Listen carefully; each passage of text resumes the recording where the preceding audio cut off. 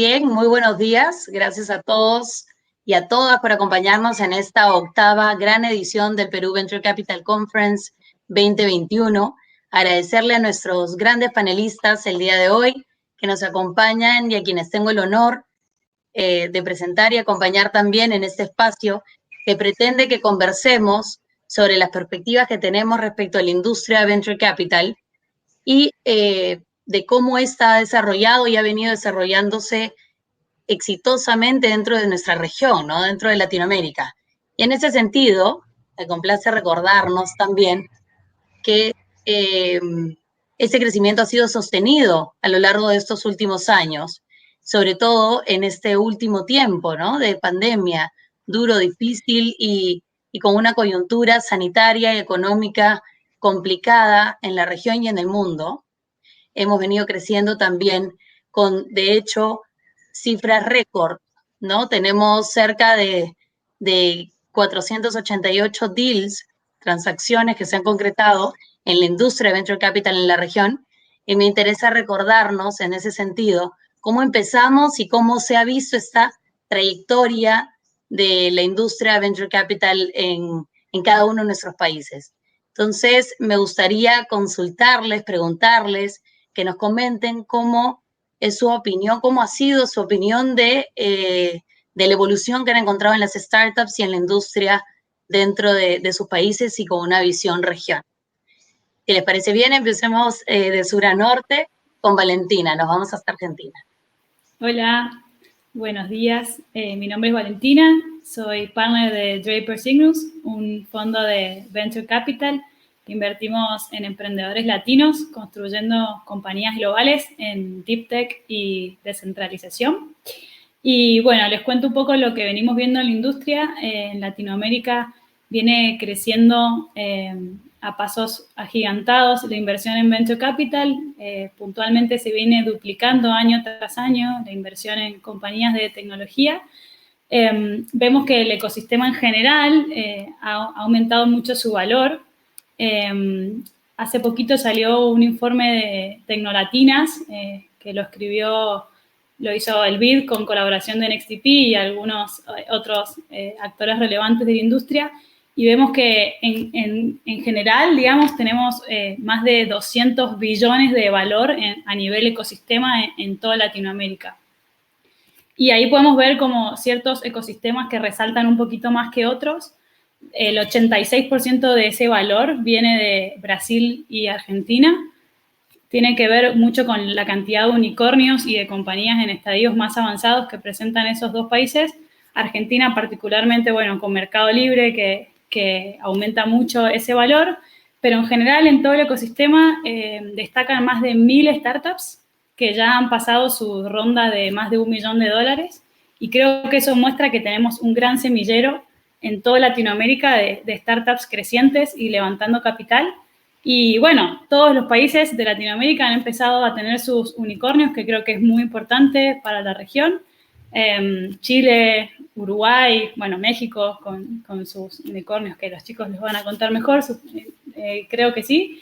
Y bueno, pero básicamente vemos eso, un crecimiento sostenido en el tiempo, en los últimos 10 años. Sobre todo en los últimos 4, esta aceleración ha sido muy fuerte y creemos que esta tendencia va a seguir hacia el futuro, con mayor capital invertido y con mayor valor del ecosistema tecnológico. Excelente, Valentina, muchísimas gracias. Lucía, nos cuentas desde Perú. Muchas gracias, Desiree. Hola a todos, soy Lucía Montalvo, VP de inversiones de Salcantay Ventures. Somos un fondo basado en Perú, pero invirtiendo en toda Latinoamérica hispanoparlante en compañías de tech que están buscando resolver los grandes problemas de la región. Y como decía Valentina, claro, efectivamente estamos viendo un crecimiento espectacular en la industria en los últimos años. Y una tendencia interesante que hemos estado viendo desde nuestro foco, que está más hacia la región andina, es cómo están empezando a emerger estos ecosistemas un poco más pequeños, como puede ser Colombia, Perú, Ecuador, Bolivia, donde claramente no ha sido históricamente donde se han venido dando todas las inversiones, pero que cada vez están llamando más la atención de inversionistas internacionales. liderado tal vez por Colombia, que ha tenido ya, digamos, buenos avances, tiene su gran referente, que es Rappi, que creo que ha permitido atraerle el interés de los grandes inversionistas al país y poner el ecosistema colombiano, digamos, a niveles internacionales. Se está mostrando que el talento que hay en estos países es espectacular y que venimos dando pasos importantes hacia ponerlos al día, por así decirlo, porque hoy, por ejemplo, Perú representa menos del 1% de la inversión del VC en Latinoamérica, pero tenemos súper buenos referentes como un Creana, que acaba de, pues a finales del año pasado levantó su ronda de 17 millones, Chasqui, que acaba de anunciar hace poco su ronda de 7 millones con la participación de Falabella, de Coppel. Entonces vemos cómo cada vez más las startups están consiguiendo crecer fuera del país, consolidar su presencia regional, además muy de la mano con el apoyo institucional del gobierno, que tal vez llegó un poco más tarde que en otros ecosistemas más desarrollados, pero que vemos con súper buena cara, sobre todo en vista, digamos, la pandemia que ha sido tan difícil para la sociedad y los emprendedores, cómo este nuevo fondo de fondos va a hacer que crezcan más inversionistas locales que puedan apoyar ese primer salto de las compañías hacia la regionalización. Entonces, súper emocionados con lo que está pasando. Excelente. Y ahora nos vamos hasta México. Nada menor que considerar que de esta gran cifra que hemos logrado, récord en el 2020, de cerca de $4 billones de inversión en VC en la región, México tiene bastante presencia ahí, ¿no? Entonces tendremos a Cristóbal por un lado y por otro a Federico, que nos cuenten cómo han visto esta evolución, sobre todo en estos últimos años, ¿no? Sí, nosotros somos un fondo que invierte en el mercado de habla hispana de Latinoamérica, principalmente en emprendedores que estén en este mercado, pero también en emprendedores de otras geografías o países, pero que el mercado hispano sea muy importante para ellos, ¿no? Nosotros lo que hemos visto es cada vez rondas más grandes, ¿no? También con valuaciones más altas, y sobre todo esto se ha dado gracias a la participación de fondos del exterior, ¿no? O sea, creo que ya se quita cada vez más la duda de si el mercado latinoamericano es un mercado interesante o no. Ya hay suficientes casos de éxito para decir, sí, vale la pena hacer una apuesta. Y esto, por ejemplo, lo vemos a través de los años, ¿no? Hace 5 años quizás, si tú ibas a Estados Unidos y visitabas fondos de allá, te recibían porque ibas, ¿no? Pero no era algo que les interesara mucho, ¿no? Hoy en día ya proactivamente te buscan ellos, ¿no? Te preguntan, oye, ¿qué estás viendo? ¿Qué hay en la región? ¿A quién debería de conocer? Como ya hacen viajes, bueno, antes de la pandemia, ¿no? A conocer emprendedores, a conocer fondos. Y eso creo que es un cambio muy grande, ¿no? Que antes no veíamos. Antes era ir a rogar, por favor, oye, voy a estar en San Francisco, me darías media hora para contarte qué estamos haciendo. Y eso creo que es un gran cambio. Acá Federico Antoni de AllVP, muy honrado de haber sido invitado a este evento del PECAP, muy contento de estar con mis colegas. Muchísimas gracias por la invitación. Brevemente, de AllVP somos un fondo early stage basado en México, fundado en 2012. Administramos hoy $200 millones en AUM e invertimos en temáticas distintas desde fintech, logística, pasando por educación. Estos últimos años han sido muy emocionantes. Todo lo que describen Valentina, Lucía y Cristóbal es totalmente cierto y lo hemos observado. Quizás yo notaría o rescataría una cosa que me parece fundamental, y es que las propias emprendedoras y emprendedores latinoamericanos ahora se la creen. Y entonces eso ha sido un cambio radical. Vivimos muchos años con pocos emprendedores que de veras tenían un plan, una real creencia de que iban a construir el próximo mercado libre. Y entonces ahí los argentinos, por suerte, siempre nos han dado de esos. pero no era tan común verlo en México, en Perú, en Colombia, en Chile. Y ahora, cuando nos presentan emprendedores a nosotros y le presentan a inversionistas americanos, pues se quieren comer el mundo. Y eso se ha dado porque están construyendo en hombros de gigantes como los fundadores de Kavak, los fundadores de Corner Shop, los fundadores de Auth0, los fundadores de todas esas empresas recientes que se han vuelto monstruos regionales y que ahora son competitivos a nivel mundial. El Challenger Bank más grande del mundo es una empresa latinoamericana. Uno de los jugadores más importantes del on-demand es una empresa latinoamericana.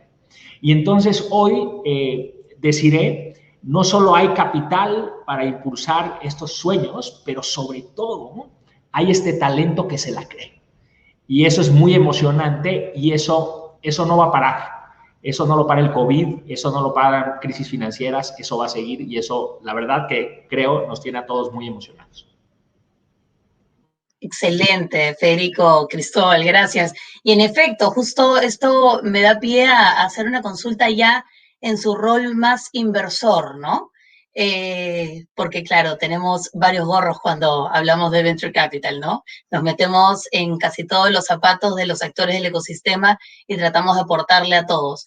Y en ese sentido, ya como fondo VC, como inversionistas, como plataformas que suelen recibir estos grandes sueños y, por supuesto, grandes proyectos, modelos de negocio innovadores que pretenden solucionar distintos problemas socioeconómicos y medioambientales del Perú, país, región, mundo. La consulta es, ¿cuáles serían estos diferenciales, estas características medulares o resaltantes que tienen estas deseables compañías del futuro en América Latina, ¿no? ¿En qué destaca una startup de otra para poder vislumbrar que pueden ser exitosas en un futuro no tan lejano? Se trata de los sectores, se trata del equipo, del desarrollo tecnológico, y por otro lado también me gustaría saber cuáles son esos pain points clásicos que tenemos, ¿no? Tenemos seguramente varios emprendedores que acá nos están escuchando y creo que sería interesante saber desde el otro lado de la mesa qué es lo que para ustedes tiene este valor agregado adicional. Entonces, Federico, ya que hemos terminado contigo y aparte has hablado de este sueño y visión global de comerse el mundo, me encantaría que nos cuentes qué piensas en este sentido. Muchas gracias, Desiree. Pues esto básicamente es la razón por la cual trabajamos y tratamos de aprender lo más posible en estos últimos años. Lo más importante, y esto lo vas a escuchar de todos los inversionistas en etapas tempranas, tiene que ver con el equipo.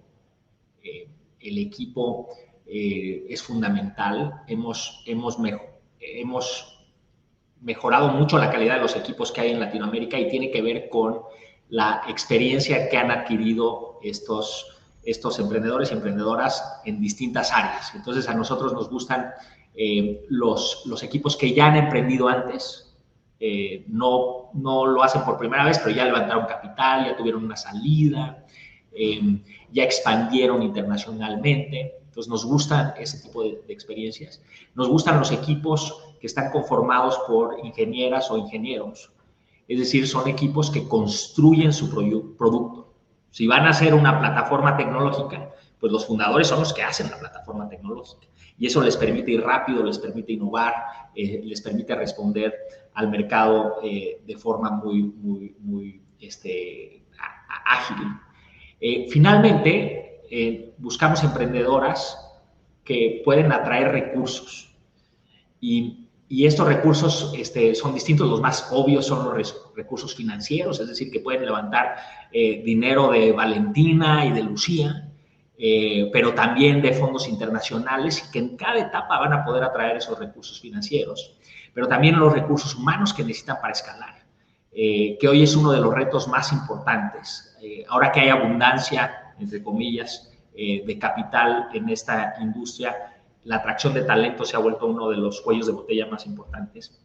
Entonces, esta capacidad de atraer recursos es muy importante en los fundadores que buscamos y tiene que ver con su capacidad de vender una visión, ¿no? Porque ¿cómo atraes este capital? ¿Cómo atraes este talento? Pues básicamente federas a una misión distintas personas e instituciones. Entonces, eso es lo que buscamos en los equipos. El equipo más claro o que representa esto lo mejor es el equipo de Cornershop, empresa fundada por Oscar, Daniel y Chuck, que son 3 ingenieros que llevaban trabajando muchísimo tiempo, que escalaron una startup, se la vendieron a Groupon, después escalaron Groupon, hicieron otra startup, fallaron y luego esta es su 4ª o 5ª startup, construyen el producto, saben atraer recursos. Y este equipo que nace en un mercado relativamente pequeño, un poco como el mercado peruano, el mercado chileno es muy pequeño, y que a partir de esa plataforma construyen una empresa extraordinaria que está expandiendo hoy en Estados Unidos y en Canadá, y que es una súper inversión. Y esto es lo que es importante. Estamos en una reunión, nos reunimos inversionistas e emprendedores. Al final lo importante de nuestro negocio es dar rendimientos. Y una empresa como Cornershop, la primera inversión nos va a dar cerca de 100x a las valuaciones actuales, y de salir a las valuaciones actuales de la compañía vamos a hacer 5 veces el fondo con una sola inversión. Y entonces todos estos headlines que ven se traducen en rendimientos, y eso ya es una realidad en Latinoamérica y tiene que ver con el talento. Excelente, a ver si vamos un poco más desordenado acá y regresamos a Valentina, que nos cuente un poco de esa experiencia con startups exitosas, donde encuentras la característica medular, ¿no? La resaltante. Dale, genial, gracias, Desiree. Bueno, ahí podemos poner como ejemplo último algo que salió recién, que es OutZero, que es una compañía invertida por Signus, donde claramente vemos un equipo de emprendedores latinos con una visión muy grande, construyendo una compañía 100% global desde el minuto cero, digamos, desde su nacimiento, construyeron una compañía global. Y creo que la clave fue la ejecución con una velocidad muy grande. Ahí la velocidad para armar, construir y crecer es fundamental. Y como tercer punto te marcaría un mercado muy grande donde tuvieron clara siempre su estrategia de crecimiento. Siempre supieron cómo vender su producto y cómo escalarlo. Entonces, por supuesto que el equipo y la visión es uno de los puntos fundamentales, que el mercado sea muy grande y sin dudas, bueno, la velocidad de ejecución, que creo que cada vez vemos que las compañías crecen más rápido en Latinoamérica, que consiguen fondos de manera más rápido y que alcanzan a este mercado mundial y global. Genial, Lucía, Cristóbal, nos cuentan un poco entonces de la otra cara de la moneda, cuáles son estos dolores que suelen tener las startups que piensan en grande, que buscan ser exitosas, pero que normalmente no permiten ese crecimiento y esa consolidación. Yo te diría, creo que como contrario a uno de los temas puntuales que mencionó Federico acerca de levantar capital, creemos que ese es un pain point que vemos recurrente en algunos emprendedores que tienen compañías realmente chéveres, con modelos de negocios súper interesantes, tracción buenísima y una buena posición en sus mercados, pero que por alguna razón no saben atraer el capital que necesitan, que los va a llevar a ese siguiente nivel. Entonces creo que ese es un tema relevante en la medida que las compañías necesitan el capital para escalar, no solo, digamos, equity, sino para algunos modelos de negocios críticos también fondeo de deuda. Las fintech que están relacionadas con temas de lending necesitan constantemente estar levantando deuda para poder financiar la deuda que están colocando. Y ese es otro punto recurrente, compañías que no están consiguiendo ese financiamiento o en condiciones menos atractivas y no los está permitiendo, digamos, crecer. Entonces creemos que hay formas, o sea, hay un montón de capital disponible, desafortunadamente no hay para todos, y es cómo los emprendedores se posicionan mejor para por un lado darse a conocer desde el principio de los inversionistas, estar en su radar, y cómo, digamos, adquieren ese skill set que los hace mejores levantadores de capital hacia adelante. Eso creo que es bien relevante. Y otro pain point que vemos, tal vez pensándolo un poco desde la perspectiva de los emprendedores y emprendedoras de la región andina, es en la medida que nuestros mercados son un poco más chicos, y usualmente las compañías para crecer de manera significativa tienen que ir a México, tienen que ir a Brasil, digamos, a veces tienen ese plan de salir por salir. O sea, quiero ir a México porque me dijeron que allá había plata, quiero ir a Brasil porque allá hay fondos, pero realmente no tienen una estrategia de cómo lo van a hacer, de cómo van a llegar, cómo van a competir en unos mercados mucho más, que están mucho más crowded. Entonces ese es otro tema súper importante, cómo las compañías, digamos, terminan de montar bien su operación en sus mercados locales y crecen de una manera inteligente a través de la región. Sí, un poco siguiendo con lo original que decía Federico del tema del equipo, esto termina de acabar en un buen equipo, ¿no? No hay más salsa secreta, ¿no? Y ese es el gran problema, ¿no? El problema de talento en Latinoamérica es muy triste, pero tenemos que importar talento porque no generamos suficiente educación para generar ese talento. Creo que además de eso, otro problema que tenemos en Latinoamérica es que la gente buena, talentosa, que está en un trabajo corporativo, todavía tiene un estigma muy fuerte de pasar al mundo de las startups, ¿no? Hasta hace muy poco. Entonces costaba trabajo, ¿no? Esa gente reconvertirla de un corporativo, tenían un muy buen sueldo, una buena perspectiva, quizás un techo bajo, pero estaban contentos. Subirlos a un sueño era muy difícil, ¿no? Por suerte la pandemia ha ayudado en eso, en que mucha gente se ha quedado sin trabajo, gente muy capacitada, pero su industria está desapareciendo, ¿no? O se está reconvirtiendo. Entonces eso ha quitado esta barrera que tenían ellos a cambiarse, pero sigue siendo sin duda el talento, ¿no? O sea, eso es lo que más cuesta. Y también lo que decía Lucía, ¿no? El emprendedor de repente sigue modas, ¿no? Y la moda es irse a abrir un país porque está muy atrayendo capital y no es necesariamente la mejor solución para todos, ¿no? Creo que el emprendedor de repente se deja llevar. Es un trabajo que aparentemente es glamoroso. Yo creo que no tiene glamour muy poco, pero la gente lo ve así de afuera. Y por eso se deja llevar por esto. Voy a hacer lo que hace X porque lo vi en una conferencia o lo vi en un panel o lo leí. Y creo que ese es otro tema, ¿no? O sea, yo creo que nuestra propia identidad de cómo crecer compañías y creo que de poco cada vez vemos, ¿no?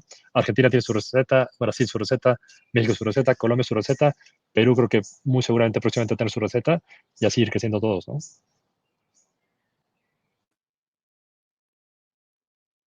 Excelente, Cristóbal, Lucía, gracias. Me parece bastante acertado y efectivamente, ¿no? Tenemos estos pain points por un lado y por otro lado algunas excelentes oportunidades que están surgiendo en la región que creemos importantes darle la mano.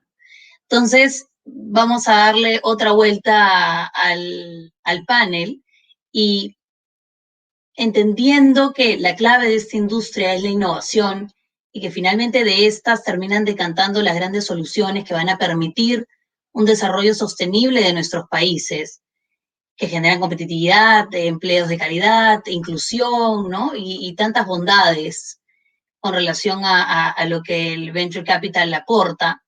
¿Cuáles considerarían que son hoy los grandes desafíos que enfrentamos en la región? Es decir, ¿cómo hacemos para lograr que el Venture Capital sea una industria relevante para quienes hoy no la están mirando tanto?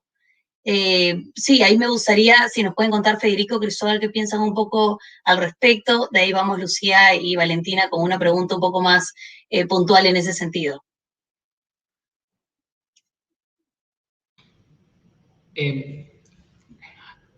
A ver, si algo tenemos en Latinoamérica son problemas, ¿no?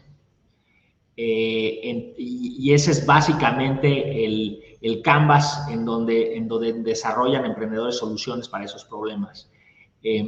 Es muy emocionante lo que se puede imaginar al tener esta infraestructura de cientos de millones de teléfonos móviles en las bolsas de latinoamericanas y latinoamericanos. Entonces, todo lo que se puede imaginar un emprendedor para solucionar problemas en el sector salud, en el sector financiero, en el sector educativo, en el sector energético, es casi infinito. Y entonces eso es lo que es emocionante. Ahora, ¿cómo se traduce eso concretamente? Les voy a dar un ejemplo mexicano de una empresa en donde estamos invertidos, que está teniendo mucha atracción, que tuvo que encontró un producto que necesitaba el mercado y que está solucionando un problema que no se había podido solucionar desde hace muchos años. Se trata de Flink. Flink es una plataforma que permite a los mexicanos hacer trading de acciones en los mercados americanos sin pagar comisiones. Entonces, hoy en Flink puedes comprar una acción de Apple y puedes comprar una fracción de una acción de Tesla y puedes comprar una acción de Walmart sin que te cobren comisiones. ¿Okay?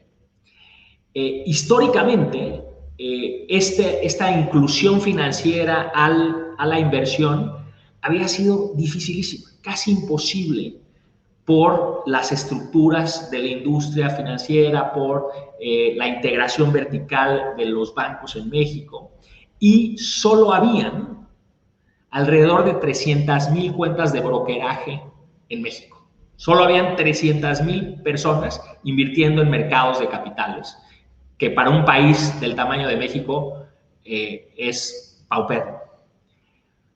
Flink lanza este producto gratuito y llega a 1,5 millones de cuentas de brokeraje en menos de un año. Eso que parecía inimaginable se logra por la creatividad, el arrojo de emprendedores mexicanos que simplemente trataron de resolver un problema grande con la tecnología nueva y con modelos de negocios innovadores. Entonces, se puede, hay muchos problemas y hay mucho talento que está entrando para tratar de solucionarlos. Entonces, muy emocionante lo que está pasando. Sí, creo que ahí rescato también sobre el mismo tema de la inversión de OLVP en Flink. Un problema que tenemos como región es, seguimos viendo que el 99% de las inversiones es en equipos que tienen credenciales internacionales, ¿no? O sea, sé que estudiaron en el exterior, sé que trabajaron en el exterior, algo así. Nosotros en el primer fondo invertimos en varias empresas sí, y fue imposible atraer inversión de fuera, ¿no? Creíamos que eran muy buenos, nosotros estamos convencidos que son muy buenos, pero no pudieron convencer al extranjero, ¿no? Por suerte, Flink es un equipo así, es un equipo con credenciales locales, trabajo local, no tienen que conocer que fuera una McKinsey o así, y lograron captar dinero además de OLVP, de fondos internacionales súper importantes, ¿no? Y creo que ese es algo que nos falta en Latinoamérica, sobre todo a nivel habla hispana. En Brasil se ve más, pero en México, en Colombia, en Chile, en Perú, es rarísimo ver un emprendedor que no tenga esas características. Y eso creo que sí es un golpe fuerte a la inclusión, ¿no? Porque estamos haciendo empresas de startups de gente que quizás no lo necesita, ¿no? Y creo que eso es algo que hay que cambiar, ¿no? Genial, ok. Y esa pregunta, como decía, un poco más conectada con un desafío adicional que quisiera saber cómo lo ven tanto Valentina como Lucía, es de diversidad, ¿no? Tanto en la industria de Venture Capital, en los distintos actores, en fondos, en startups, en redes de inversionistas, etcétera, como en el trabajo del día a día, ¿no? ¿Es un desafío? ¿Consideran que hemos avanzado en este sentido? ¿Qué podrían contarnos al respecto? Bueno, si querés, empiezo yo. Hoy vemos que la inclusión femenina en la industria es bajísima todavía. Hay muy pocas inversoras en Venture Capital, en fondos, y hay muy poca inversión en emprendedoras todavía.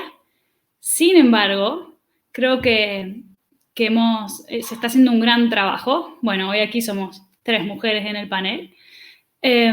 Y creo que hay un grupo de mujeres en Latinoamérica que se llama We Invest, que viene trabajando muchísimo por la inclusión en el ecosistema, y creo que la nueva generación de inversoras o por lo menos mi experiencia personal, ha sido que el camino está un poco más allanado que antes. Por supuesto que hay que estudiar y que hay que trabajar y que es una industria difícil y que hay que acostumbrarse a trabajar con hombres, pero creo que hoy todos sabemos que la inclusión es buena, todos sabemos que tener mujeres en los equipos es positivo, incluso genera mayores retornos a los fondos que las tienen, y que las compañías que tienen startups con mujeres en sus equipos funcionan mejor.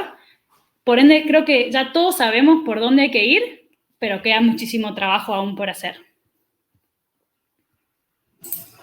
Sí, yo totalmente de acuerdo contigo, Valentina. Creo que se han dado pasos importantes y cada vez hay más iniciativas en ese sentido. WeInvest es un gran ejemplo de cómo mujeres inversionistas se juntan para sacar adelante y ayudar al ecosistema. El BID lideró también esta iniciativa de WeExchange para promover, una plataforma para promover emprendedoras mujeres que ha tenido bastante éxito a nivel regional y por ejemplo, están apareciendo, no sé, fondos específicamente dedicados para invertir en founders mujeres como Amplifica en México, está EWA Capital en Colombia, los señores de Brava, de Magma Partners. Entonces, cada vez hay más, sin embargo, todavía nos falta mucho y la realidad es que de las últimas cifras que vi, me parece que menos del 14% de la inversión del 2020 en Venture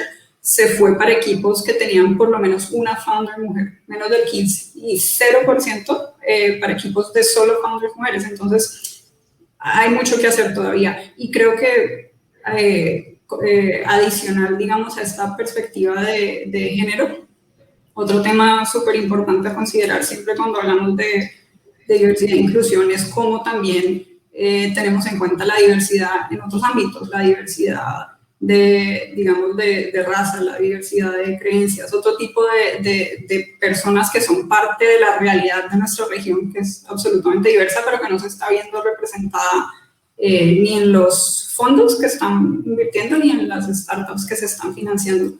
Entonces creo que ahí también hay un reto de ampliar un poco esa concepción de lo que significa diversidad.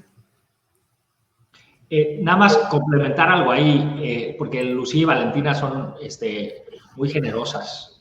Hemos sido un desastre, un desastre. Parece que estamos peleados con los rendimientos, peleados con el éxito.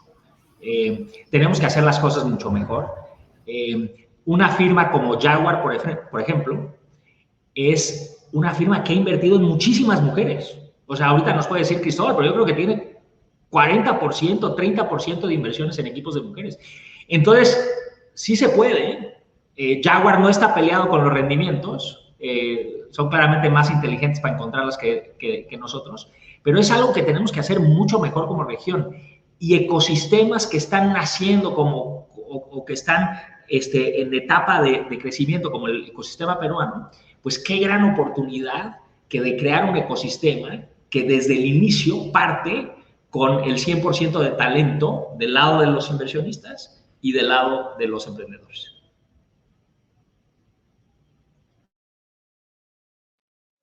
Cristóbal, cuéntanos un poquito más de estas inversiones. A ver, si el primer fondo fue 40% fueron inversiones en mujeres, el segundo fondo es 25%, con lo no estamos también, pero al final creo que es alto para la región. Tristemente, eso es alto, ¿no? No tenemos ninguna preferencia por mujeres. La verdad es que invertimos en los mejores inversionistas, en los mejores emprendedores, sean marcianos, ¿no? Y encontramos que mujeres sean muy buenas, ¿no?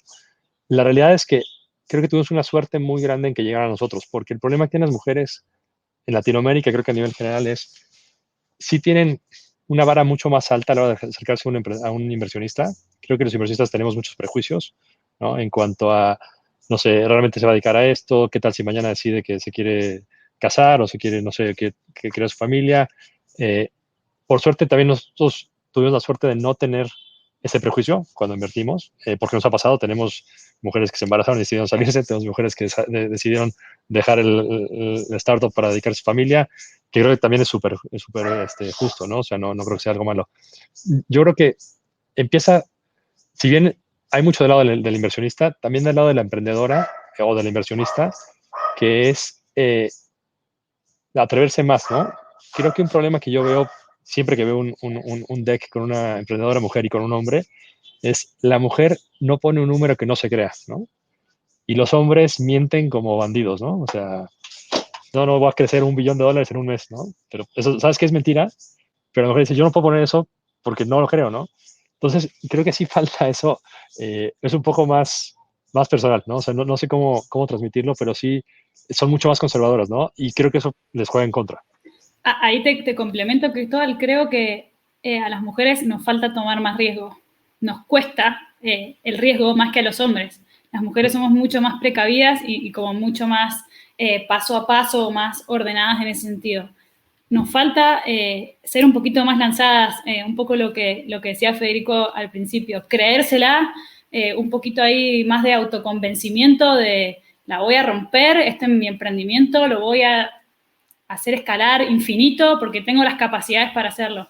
Me parece que tiene mucho que ver con esa parte. Un dato ahí duro, para que sepan, hablando con la presidenta de Walmart Internacional, que es una mujer, nos contaba, ¿no? Que ellos hicieron un estudio de género dentro de la empresa. Walmart es el mayor empleador de Estados Unidos, ¿no? Más de 1,5 millones de empleados. Y nos decía que algo que se dieron cuenta es cuando ellos tienen un posting de un trabajo dentro de Walmart, los hombres con tener 2 de 10 calificaciones aplicaban, ¿no? Las mujeres, si no tenían por lo menos 7, no aplicaban, ¿no? Entonces, ahí ves también mucho la diferencia de, bueno, luego lo arreglo, ¿no? Mientras que la mujer, como dice Valentina, es mucho menos adapta al riesgo, ¿no? Sí, sin duda. También se ha visto que a veces nos cuesta más tirarnos a la piscina, ¿no? Si no tenemos todo bastante claro ahí. Pero bueno, no, qué importante, qué interesante también escuchar estos desafíos en todos los términos. Y con esto me interesa entrar a la luz de los últimos sucesos socioeconómicos y políticos complicados que hemos venido sufriendo en Latinoamérica, Perú, evidentemente, Colombia, México, Argentina. La pandemia nos ha golpeado, sí es verdad, pero también tenemos bastante brecha aún en solucionar temas sociales y económicos. Y en ese sentido quería preguntarles cuáles son las perspectivas del Venture Capital a futuro, cómo ven al Venture Capital como un agente de cambio positivo en ese sentido. Si quieres, yo puedo empezar ahí y creo que lo has dicho justo en tu pregunta. O sea, el venture al final lo que está haciendo es promoviendo emprendimientos basados en tecnología que están resolviendo problemas. Y como lo dijo Federico, lo que hay en LATAM es problemas y digamos, un problema que se construye sobre otro. Entonces, lo que estamos viendo es cómo estas compañías están ayudando a cerrar brechas críticas que se han dado en nuestra región, donde, por ejemplo, el 60% de la población trabaja en el sector informal, más de la mitad no tiene acceso a servicios financieros, 1/3 no tiene acceso a servicios a la salud, y todas estas realidades duras que se han arrastrado durante muchísimos años, pero que tal vez se acentuaron y se demostraron mucho más durante el COVID, lo que muestran es que si bien la región ha tenido tal vez un crecimiento económico bastante grande, el desempeño social, por así decirlo, se ha quedado atrás. La desigualdad es la más alta a nivel global y la realidad es que la gente está un poco harta y eso lo ves un poco en las calles en los últimos años, en Chile, en Colombia, en Perú, la gente saliendo a protestar, queriendo cambiar esto. Entonces creo que el venture y el ecosistema de innovación tiene un rol súper importante que jugar ahí para desarrollar justamente estos modelos de negocio que están ayudando a cerrar esas brechas, como proveemos mejores servicios, digamos, a mejores precios que puedan acceder a mayor número de personas en la población, que además están teniendo muchísima acogida de parte de los inversionistas, que cada vez más nos importa digamos, esta visión de impacto, también de los consumidores en general que se están volviendo un poco más activistas en sus decisiones de compra y con qué tipo de compañías quieren, a qué tipo de compañías quieren aportar. Entonces creo que hay una oportunidad ahí grande de cómo ayudamos a que las compañías sean mejores ciudadanas del mundo, se comporten mejor y digamos, traten de no hacer tanto daño, también porque tiene mucho sentido a nivel económico desde una perspectiva, digamos, de hedging los riesgos, pero también cómo van más allá para resolver problemas y crear impacto positivo intencionalmente. Sí, nada más para decirlo de otra forma,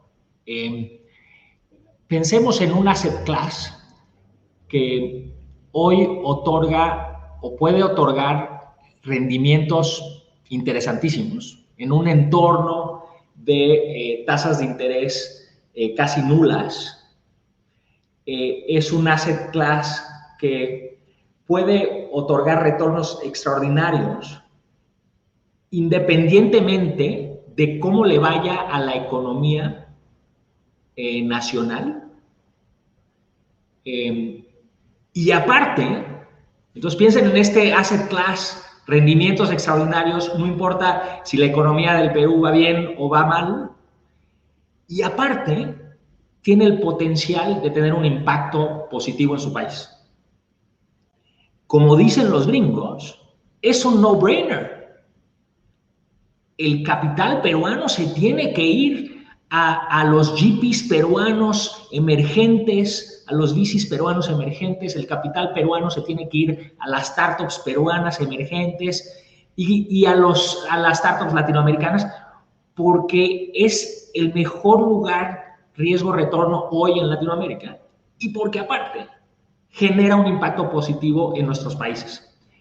Entonces yo siento, y quizás soy demasiado optimista, pero yo siento que si se analiza con detenimiento el potencial que tenemos y que como industria aportamos, si se analiza con detenimiento las alternativas, a mí me parece que en los portafolios de las familias peruanas, en los portafolios de las AFPs peruanas, en los portafolios de la banca de desarrollo peruana, tiene que haber un porcentaje bien importante de venture capital, desde luego mucho más importante del que hay hoy. Yo ahí justo lo que dice Federico, ¿no? Generalmente la gente no entiende por la cabeza, sino por el corazón. Y algo real es, la gente en Argentina se da contra la pared de que no invirtió en el Mercado Libre, ¿no? O sea, Mercado Libre no hizo inversionistas argentinos millonarios. Hizo muchos americanos, muchos europeos millonarios, pero ni un argentino, ¿no? Y Mercado Libre se creó en la peor crisis de Argentina, ¿no? De los últimos 30 años.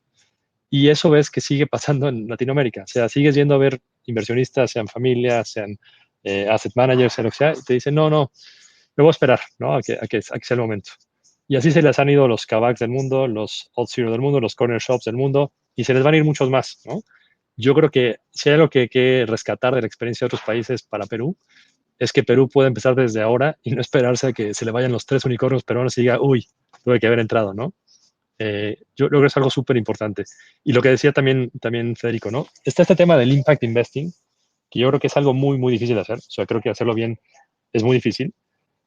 Y realmente el impact investing auténtico tiene un trade-off entre retorno e impacto, ¿no?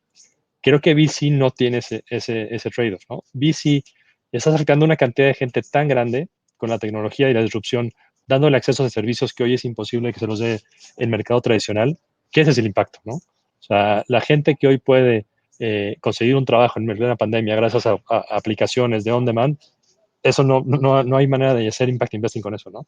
La cantidad de gente que ahora puede aprender a programar porque se conecta a su computadora y toma un curso a distancia, no hay manera de pegarle eso. Entonces, creo que el impacto es una realidad tan grande como los retornos. Y la gente que piensa que esto es algo como para gente más joven o que pasa en otros lugares, está muy equivocada, ¿no? Es una inversión realmente que te da la visión al futuro, ¿no? Es una ventana a ver qué va a pasar mañana. Ahí te agrego, Cristóbal, que sin dudas en Argentina todos pasaron, o no hubo inversionistas profesionales en Mercado Libre, Pero en el último unicornio, que es OutZero, en su ronda seed entraron 4 vehículos de inversores argentinos, y hoy con la venta de OutZero en 6.5 billions, estamos viendo ese retorno a esos inversores y a todos esos inversores que estaban detrás de esos 4 vehículos. Entonces creo que se empieza a cerrar ese ciclo. Después de estos casos de éxito, es como que se revoluciona mucho como el mundo inversor, porque es muy tangible y es muy fácil de ver y de medir. Y como los primeros 4 unicornios tal vez se nos escaparon, bueno, llegamos al 5º y probablemente dentro de poco tengamos novedades sobre algún 6º unicornio argentino. Y creo pero que es clave para el ecosistema que hayan inversores locales en nuestros nuevos unicornios.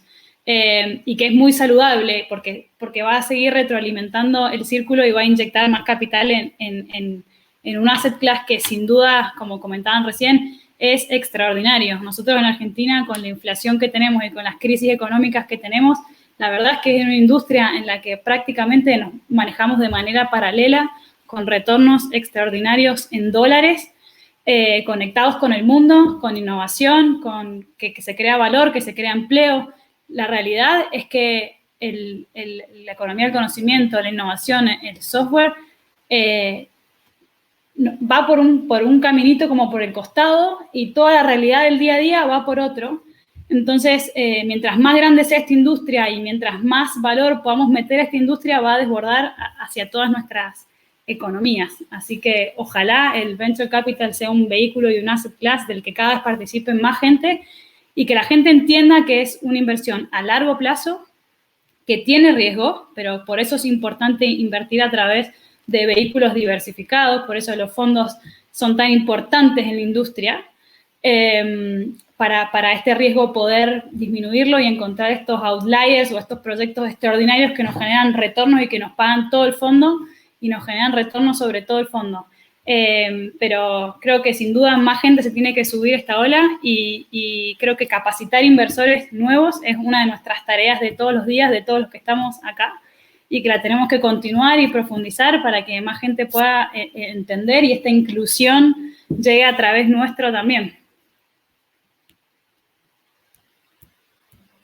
100% de acuerdo con cada una de sus opiniones, y de hecho me parece súper interesante porque parte de mi pregunta fue cuál era la perspectiva a futuro de VC, y creo que ha quedado clarísimo que el VC es hoy, ¿no? Y hay mucho por hacer hoy y está aquí. De hecho, eso lo conversábamos también con Federico, ¿no? Aquí tras bambalinas, y con todos ustedes, y creo que quedó clarísimo que el Venture Capital como industria dentro de Latinoamérica ya se consolidó. La idea es seguirlo dinamizando, ¿no? Traer a más actores, involucrar a distintos inversionistas que hoy todavía no están viendo esta industria, y también hay distintos emprendedores que pueden aprovechar la curva de aprendizaje de los países de Latinoamérica, de sus símiles en los países, y que pueden seguir construyendo estas compañías del futuro que en realidad están aquí y son hoy, ¿no? Entonces, una última reflexión para aprovechar los minutos left. ¿Qué les parece si una recomendación final para el inversionista que hoy día nos está mirando y que puede decir, ok, ¿por dónde empiezo, no? ¿O qué es lo que tengo que hacer? Una recomendación final. Vamos de norte a sur. Federico, por favor, arrancamos. A mí me parece que una gran manera de entrar a esta industria es invertir en fondos de venture capital.